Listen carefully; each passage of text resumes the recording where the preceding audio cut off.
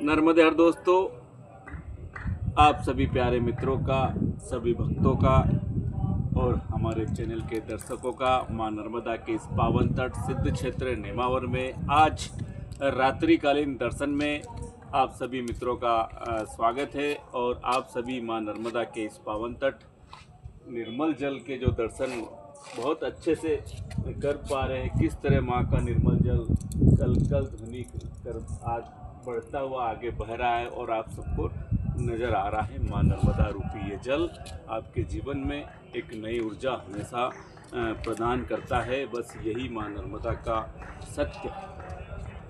और आज का हमारा जो सब्जेक्ट रहेगा अशोक भाई जी, आत्मविश्वास, सेल्फ कॉन्फिडेंस। आज की नौजवान पीढ़ी में आत्मविश्वास की इतनी कमी आ चुकी है। कोई भी डिसीजन लेने में इतनी जल्दी करते हैं, अकस्मात दुर्घटना के शिकार हो जाते हैं, सिर्फ और सिर्फ एक आत्मविश्वास की कमी होने से।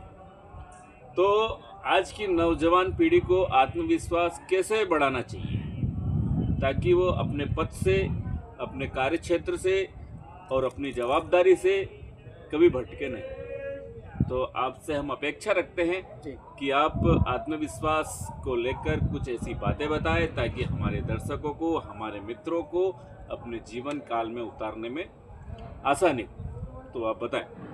नर्मदे हर दोस्तों, आप सभी का बहुत बहुत स्वागत है रेवा दर्शन के इस पुनित पावन चैनल पर, जो कि हमारे रामानंदिया प्रतिदिन आप सभी दर्शकों के लिए ये कार्य करते हैं। और ये वास्तव में एक ऐसा कार्य है जो हर किसी के लिए संभव नहीं है, समय निकालना और आप सबको माँ रेवा के, माँ जगत जननी के दर्शन कराना, ये बहुत बड़ी एक पुण्य की बात है। और इसके लिए हम सब मिलके रावण भी आपका बहुत बहुत आभार व्यक्त करते हैं। और जहाँ तक सेल्फ कॉन्फिडेंस की बात होती है तो मैं आप सबसे पहले एक ही बात कहूँगा कि सबसे पहले तो आप आपके बुजुर्गों का तिरस्कार ना करें। बिल्कुल। तिरस्कार का मतलब ये है कि उनकी बात को अनदेखा ना करें, क्योंकि उनका जो अनुभव वो आपके जीवन में एक सूरज की किरण की तरह है, एक ऐसी रोशनी की तरह है जो विद्यमान हमेशा रहती है, जीवन पर्यंत आपके साथ वो रहती है, उनका अनुभव।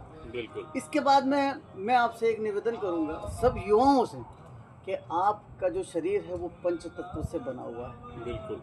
और बिल्कुल। पंच तत्व से बना हुआ है। और हम सबसे पहले तो कोशिश ये करेंगे कि हमारी जो पांचों इंद्रियां हैं उनको वश में रखें, क्योंकि आज की जो युवा पीढ़ी है वो कहीं ना कहीं एक विघटन की ओर जा रही है, एक ऐसे मार्ग की ओर जा रही है जैसे कि नशे के शिकार हो जाना। बिल्कुल। अगर ऐसी चीज़ों से अगर अपने आप को विलुप्त कर लेते हैं, तो विलुप्त करते हैं, तो कहीं ना कहीं आप आपके भविष्य को धोखा दे रहे हैं। आप उन लोगों को धोखा दे रहे हैं जो आपके लिए सर्वोच्च निछावर कर रहे हैं। आप आपके माता पिताओं को धोखा दे रहे हैं, या आप आपके जो पालक हैं उनको धोखा दे रहे हैं। तो सबसे पहले तो कोशिश ये करें कि आप संयमता रखें, अपनी इंद्रियों को वश में रखें।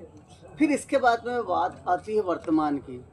देखिए, सबसे जो इम्पोर्टेंट बात है वर्तमान को लेके ये है कि हमें हमेशा अपडेट रहना चाहिए। यानी कि आप वर्तमान में नेट का उपयोग करें, लेकिन उस तरह से उपयोग करें जिससे आपकी एजुकेशन डेवलप हो। बहुत सारी चीज़ें ऐसी होती हैं जहां आप इंटरनेट की बहुत अच्छी सुविधा का लाभ ले सकते हैं। बिल्कुल। और बहुत अच्छी चीज़ें उससे सीखने को भी मिलती हैं। तो ज़्यादातर युवा पीढ़ी को हमारा यही संदेश है कि आप ऐसी दिशा में ना जाएं जहां आप भटक जाएं। और सबसे मूल बस यही है कि आप आपकी इंद्रियों को वश में रखें। आपके माता पिता, आपके गुरु, आपके पालक, आप जिनका विश्वास आप पर है, उनके विश्वास पर खरे उतरें। और एक इम्पोर्टेंट बात, अपने जीवन में एक लक्ष्य बनाएं। लक्ष्य के बगैर कुछ नहीं। लक्ष्य के बिना कुछ भी नहीं होता है, क्योंकि अगर हम ऐसी बस में बैठ जाते हैं जिसमें पता ही नहीं कि हम किस स्टेशन पे उतरेंगे, तो आपका जीवन गर्क में रहेगा और अंधकार में रहेगा। इसलिए हमेशा अपने जीवन में एक लक्ष्य बनाएं और उस लक्ष्य में इतनी मेहनत करें कि लोग उसकी तारीफ करें, लोग उसकी बात करें कि वास्तव में उस व्यक्ति ने ऐसी मेहनत की और अपने लक्ष्य को हासिल किया। तो रामानंद भैया, वीडियो तो ऐसे तो बहुत लंबा बन जाएगा, कोई बात नहीं। तो सबसे मेरा एक निवेदन है, सब युवा पीढ़ी से निवेदन है कि आप अपनी इंद्रियों को वश में रखें। और नर्मदे हर दोस्तों, बहुत बहुत धन्यवाद अशोक भाई, आप अपने चैनल रेवा दर्शन के माध्यम से जो दर्शकों को एक जो आत्मबल, जी, आत्मविश्वास को लेकर जो बातें बताइए, उसके लिए हमारे दर्शकों की ओर से मैं आपको धन्यवाद प्रेषित करना चाहूँगा। और दोस्तों कई चीज़ें बताइए, उस पर सभी चीज़ों पे ध्यान देना है। और एक चीज़ हमारे मन अंदर आत्मा से कभी कभी आवाज़ आती है, क्या गलत है क्या सही है, लेकिन वो क्षणिक मात्र ही आती है, सेकंड का एक हिस्से में आती है कि आप गलत हो या सही हो। तो उसे आप महसूस करना अगर सीख गए तो आपका आत्मविश्वास स्वतः ही बढ़ने लगेगा और आप अपने लक्ष्य से, अपने सही मार्ग से कभी ना भटकेंगे। नर्मदे हर।